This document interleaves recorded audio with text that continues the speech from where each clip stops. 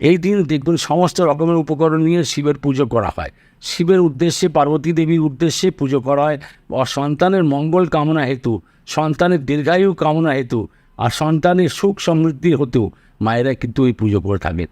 তাদেরকে আমি একটা উপায় বলবো, যখন সন্তান ভীষণ অবাধ্য হয়ে যায় বা মায়ের উপরে উঠে পড়ে কথা বলে, তখন মায়েরা একটা উপায় করবেন, দেখবেন সন্তান বাধ্য হবে আর তাদের উন্নতি প্রচুর হবে, দীর্ঘায়ু হবে। কী করবেন?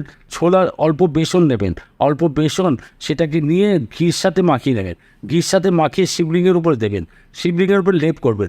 কিন্তু তার সাথে আরেকটা উপায় করবেন, আকন্দ ফল যেটা হয় ওটা অবশ্যই একটা শিবলিঙ্গের উপরে বসিয়ে দেবেন আর বসান। আর তার সাথে দেখুন সন্তান আপনার বাধ্য হয় কি না। সন্তান দীর্ঘায়ু কামনার উদ্দেশ্যে আপনি যখন এই পুজোটা করছেন, আমি বলবো 100% সন্তান বাধ্য হবে আর দীর্ঘায়ু হবে।